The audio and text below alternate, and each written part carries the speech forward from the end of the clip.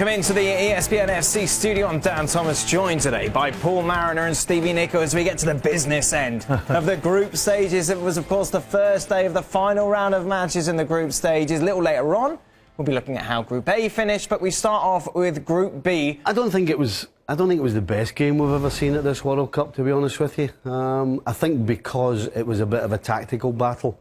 You know, the Dutch needed a draw to go through and Chile needed to win, so consequently Chile's pressing the button, but the Dutch are keeping it tight and breaking. And of course, when you have a player as good as Robin on the break, you're always going to be in trouble. I think, you know, Van Gaal's, he sort of switched his tactics around. You know, played five at the back. It didn't really work. He changed his tactics. Went to 4-3-3 in the first game. Played 4-3-3 again today. Was very disciplined. They sat in, and then at the right moments they enabled themselves to deny Chile, so they couldn't really press high. And I thought it was tactically. I thought Van Gaal was absolutely spot on. The subs were great, and as Stevie says, Robin is absolutely different level. Well, I was on Twitter earlier, which is a social media device. Oh, thank you. I'll explain it to you later. I said Ian Robin's been the player of the tournament so far. Well, it's funny, as we just seen the highlights then, I was thinking, no Van Persie, and who's the guy that steps up? It's Robin. You know, we've been waxing lyrically about the Ballon d'Or during the season, and he wasn't in that discussion. Ribéry was. But Aaron Robin, he should have been in that discussion. This is just fantastic skill. I mean, a little stop-start, picks out the attacker in that box. It's superb. Why did you look at me when I said that he was the player of the tournament? Well, because I don't think he is. I think he's one of the players of the tournament. I don't think he's been the best. Who's been the best? For me, he's been Neymar. Scored in two games out of three and was the best Brazilian player in the middle game. Right, we're going to talk about Brazil later on, Steve. You're kind of going ahead of time a little bit. You asked the question. If you don't want the answer, don't ask the question. Well, I didn't know that was what the answer was going to be, didn't I? I'll give you them earlier on then before the show. How far can the Dutch go in this tournament, Paul? Do they rely on their big players too much? No, I mean, every single team relies on the big players. That's what it's all about. But, you know, big players, big games. I think they can go a long way, you know. Again, everybody's a little cautious. There's been no falling out just yet. Yeah, that's true. Everything's been, you know, the glue still sort of holding the team together. But they seem to be a very happy group. They're playing very, very well. They seem to be happy with the coach. Tactics seem to be spot on. If you take Van Persie and Robin out of the equation, though, Steve, is it too ordinary to go far? I think it is, yeah. I think you see the difference when you play Lens today instead of Robin Van Persie. OK, Depay came on and made a difference, but by then Chile had kind of lost the legs and were pushing forward. But you're talking about two of the best attacking players in the world. I mean, you take those guys out of, you know, that type of player out of any side, and they're not going to do as well. I mean, you know, Sneijder's been very quiet. You're absolutely right. With those two guys in the side, they can go a long way. OK, let's take a look at the other game in Group B. You've got Netherlands and Chile will be progressing. I suppose the big question now, we had Bosque come out and say after the game, saying he's going to take a few weeks to make a decision about whether or not he will stay as coach. Should he be coach, or should it just be a whole new Spain side? Well, I think there's going to be changes. There's no two ways about that. I mean, the older players have got to know when it's time to hang them up. Look, they've got such a crop of youngsters coming through. I've said before, I think it's just a question of getting the right players in and finding the system that's going to fit those players, whether it's the tiki-taki system or whether they switch it up with Costa, with the long ball stuff. Only they will decide, but it's the players, for me, that will decide what that system's going to be. Yeah, I would keep Del Bosque on. I mean, who are they going to get who has more experience? A guy who knows how to deal with big-name players. Because they'll still have big-name players. They might have to change the system a little bit. And Del Bosque is unfortunate that so many players at the same time have kind of come to the end of their international careers. Should you not have foreseen that, though, Stevie? It's very easy after the event. Yeah. But when you have players of the calibre of your Xavis in particular, and people like Busquets, it's very difficult to turn around and say, sorry, I think this could be the end, you're not coming. I'm bringing a young guy who doesn't have your experience. I think that's a fair comment. You look at Casillas, just won the Champions League, Alonso, you know, all these types of players. Actually, that one, you should have seen that one. If there's one he should have seen, that would be it. Yeah. The rest of them, I can understand. Normal thought process would say, well, he hasn't played that many games, so why should he be starting in the national team? And maybe in that occasion, maybe he has just stuck with that player just a little bit too long. A word on Australia in this tournament? I thought, I mean, you look at the table is so sad, you know, no points, they've got terrible goal difference, but I think they've been fantastic. I think what Cahill's done, I think Jednek there, I think Lecky was a difference maker with those wide runs. He was absolutely fantastic. I think they should be very, very proud of what they've done. I think the country will be immensely proud of what the players have done. So, you know, again, the league table looks a little sad, but I think they've been fantastic.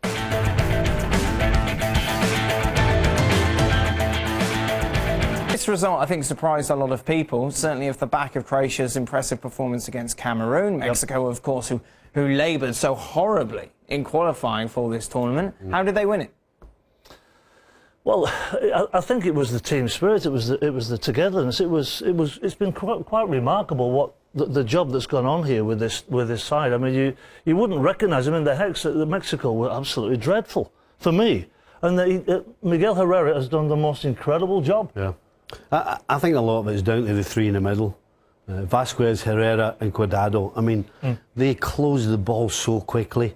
I mean, the two wing-backs have got a lot of running to do. You wonder whether they'll last the tournament, but those five in the middle of the park really have, whoever they've played against, even against Brazil, they actually dominated Brazil at times during the game. So it's really the strength in the middle of the park. I think also when you factor in Peralta and Dos Santos there, because Peralta never stops working, whether it's with the ball or without the ball, and Santos with his pace, he just puts the frighteners on defence a little bit. So that's what I think. It's a complete team. It's a beautiful team to watch, and who knows how far they'll go now in the round of 16. Did Chicharito, who mentioned scoring that goal, was massive for him? He did make a difference, didn't he, when he came on? He looked very sharp. The thing is, he always does. He always looks sharp. He always gives defenders problems, but recently he hasn't been taking the chances. But he's frustrated that he isn't starting, isn't he? Well, he shouldn't be. I suppose he is, but the thing is, from the coach's viewpoint, when you throw a guy on like that and you get that sort of response, that's what you want. You want impact players coming on. It's perfect. It's not as if Mexico don't have a guy starting the centre forward who's not doing the business. Yeah. Peralta's been fantastic. He's the guy that got them into these World Cup finals, to be honest, with these goals. So it's a great problem to have. Do I play Chicharito or do I play Peralta?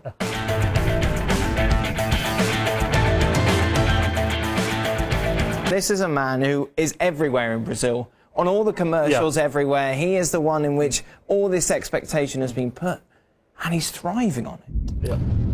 Well, it's like I said, I feel we've got to just hold our judgment just a little bit until we get into the round of 16. Look, there's no doubt that he's turned on. When his country needs him, he's there, and my heart goes off to him. Jim, what do you mean hold your judgment on what? I mean, look at these goals. The kid's in fire. Against Cameroon, who jacked it in. It makes no difference. All right. All you can do is turn up and play the way you can and play the way you do and put the ball in the net the way you do. All right. Whoever the opposition is. I mean, the kid's been special. We'll see. When we get into round of 16 and the game's got a little... You think he's still got points to prove? Yes, for me, yeah. Wow. You're a pass, Jim. OK, well, let's just take a look then at how the table finishes in Group A. Brazil atop of it with 7 points after those 2 wins and a draw. They're joined by Mexico, who were very convincing in the end when they Croatia and Cameroon going home. Stevie Nicol having to buy Alejandro Moreno dinner. Right. Don't worry, it won't be very expensive. So what that means then is we know the outcomes of both Group A and B. We know the lineups for the next round. The Netherlands will take on Mexico, Brazil against Chile. Well, now I think it's going to get very, very interesting. I think that Chile are going to provide Holland with they're going to provide Brazil with a very, very stern test. Definitely. And Mexico and Netherlands, again, this is where we start getting into it now. This is the real meat and potatoes of the tournament. I love it. Yeah, I mean, 2 great games. I think what you'll see the Netherlands doing is sitting tight. And breaking, no question. I think Brazil, they'll just go for it, because that's the only way that they know how to play, is to get on the field and get forward, make chances and score goals. You're not going to ask next? Who's going to win? Brazil, Netherlands. Yeah, I'm going with Brazil, Netherlands. We don't normally agree. No, that's very true. OK, well, coming up after the break, we'll be looking ahead to some of the big games tomorrow, including Italy against Uruguay. Just a reminder, we are with you every single day throughout the World Cup. Check your local listings for ESPN FC. Right then, Group D, of course, finally poised as we go into the final round of matches there. It's Italy against Uruguay. If Italy win or indeed draw, they go through to the next round. A win for Uruguay would see them advance. Meanwhile, Costa Rica only need a draw against England and they'll be guaranteed a place in the knockout stages. England, of course, are done. Italy, Uruguay, boys. Yeah, that's a proper game. It's about the two strikers for me. It's about Suarez and Balotelli. Which defence can handle them? I don't think, to be honest, I don't think either defence can handle them. It's going to be such an exciting game. I'm really looking forward to it. I hope I'm not going to be disappointed. But I just fancy Italy just to edge it. It's going to be dirty, isn't it? I just got a feeling it's going to be dirty. Yeah, well, listen, I think it'll be a great game. I think for me the important thing for Uruguay is that they don't bring Lugano back. I don't know whether he's fit or not, but Jimenez and Godin I thought were fantastic against England because that's where the problem is at the back, because going forward they're just absolute dynamite. For Italy, I think they have to go back to the 3-5-2, the way they played against England, to get Pirlo on the ball more. And if they do that, I think Italy will just sneak it. Just to confirm, Costa Rica are already through. If they get a draw or win, they would then top the group. What do you expect me to say about the result of this game? Well, do England need a win or a draw to get back in the country? That's the real question. Yeah, they're playing for pride. You know, Roy Hodgson, Greg Dyer's come out and said he's got a job. If they lose this... Well, Roy's going to change the team. He's already announced the team, I believe. Yeah, we know that Gerrard won't play, Lampard, Milner... All the surprises that we've had in this tournament up to now, Costa Rica have probably been the biggest surprise for me. They've played some fantastic football, team football. They've got tremendous players going forward. Bolanos, Ruiz, and Campbell. Spectacular. So I'm going to hope for a draw. Wow. It's that bad. Did you tell me who's going through Italy, Uruguay? I don't think you did. I said it. You did, yeah. We both said Italy. Both said Italy, okay. You were listening to us, yeah. Yeah, I know. That's tough sometimes. Let's turn our attention, shall we, to the other matches tomorrow. This is in Group C. Japan taking on Colombia. Colombia are already through to the knockout stages. They'll win the group with a win or a draw. For Japan, it gets a bit complicated. They advance to knockout stages with a win and an Ivory Coast loss. Meanwhile, for Greece against the Ivory Coast advanced to knockout rounds with a win or with a draw. And a draw between Japan and Colombia. Meanwhile, for Greece, they advance to knockout stages with a win and Colombia win or draw. Who's getting through this group? Colombia for me. I love watching. Oh, we know that already. Yeah, but I'm just saying, I love watching them play. And Ivory Coast, okay, how quick do you want me to be? Well, I just wanted to know that bit. Okay, you don't say Colombia, Steve. I couldn't understand the scenario, so I've no idea what the connotations are. I'll look it up afterwards. Disgusting. More World Cup talks, of course, to come tomorrow. Until then, goodbye. Welcome to the Subway Fresh Take of Day 12 of the World Cup. I'm Dan Thomas, delighted to be joined by Paul Mariner and Stevie Nicol. Boys, let's start off, shall we? Croatia-Mexico, I think. I think that was the most interesting game going into this, of course. Both teams with the chance to go through with a win. Mexico, very, very good. Mexico were absolutely incredible today. I thought before the game, I thought Croatia was going to do it. But they were totally destroyed by Mexico. The energy, the substitutions by Herrera was very, very special. And I just thought it was a complete performance by Mexico. What's happened to the Mexico that had to go to New Zealand to get to this World Cup? I think you've got to give huge credit to Herrera. He's turned this team into a team. There were a bunch of individuals before that. In the end, they deserved to go through. I'm not quite with Paul. I don't think it was that easy. I think up until the first goal in the 70th minute, Marquez header. After that, the game was done. But up until then, for me, it was on a knife edge. But you have to say, overall, Mexico did deserve it. Herrera, great entertainment as well on the sidelines. Let's talk about some of the other games. Brazil against Cameroon. Cameroon made sure that Brazil didn't have it all their own way. Well, early on, yeah. But I've not been a fan of Neymar up to now. He's still got to do it for me at the real top level. We'll find out in the next few weeks whether he is the real deal or not. But when his country needs him, he stepped up today, and he was incredible today. He was a little niggly. He was getting under the skin of the Cameroonian players, but he was superb. His finishing was excellent. Okay, let's take it to the other group, shall we? Of course, we knew the outcome already. We knew that the Netherlands and Chile were already through. It was all about who would finish top. Netherlands with the win means that they finished top of the group. Yeah, I think it was one of the more disappointing games. I think we've seen better football, certainly more chances and goals. But at the end of the day, it suited the Dutch. You know, they could afford to sit and play for the draw. Chile had to come out and just couldn't break them down. You know, I've criticised the Dutch defence before, but couldn't break them down. Of course, Robin, who's been on fire, was on fire again. And meanwhile, in the other game, it had a real testimonial feel almost to it, didn't it? Australia, Spain. It did. I mean, everybody expected Spain to win, but I think Australia, to be honest, have been a revelation. I mean, they really tested the Netherlands in the second game. I mean, they were fantastic.